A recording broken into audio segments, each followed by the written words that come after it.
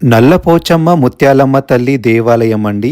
ఈ దేవాలయానికి ఒక్కరు కూడా రావడం లేదండి. దాదాపు ఈ దేవాలయానికి నేను 600 సారి పైగా వెళ్ళాను. నేను ఇంతవరకు ఈ ఆలయంలో ఒక్క భక్తుని కూడా చూడలేదండి. ఏదో ఒక సందర్భంలో తప్ప. మీరు గనక హిందూస్ అయితే మన హిందూ దేవాలయాలకి ఇలాంటి పరిస్థితి ఎందుకు వచ్చింది, ముఖ్యంగా ఇలాంటి ఆలయాలకి దయచేసి కామెంట్ లో తెలుపండి మీ ఒపీనియన్.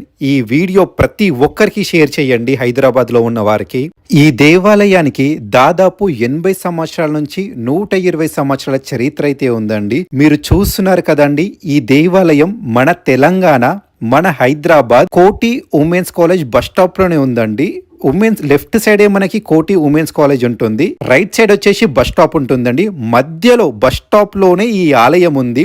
దాదాపు ఈ బస్ స్టాప్ కి రోజుకి 50,000 నుంచి 1,00,000 మంది పైగా చదువుకోవడానికి, జాబ్ చేయడానికి ట్రావెల్ చేస్తారండి.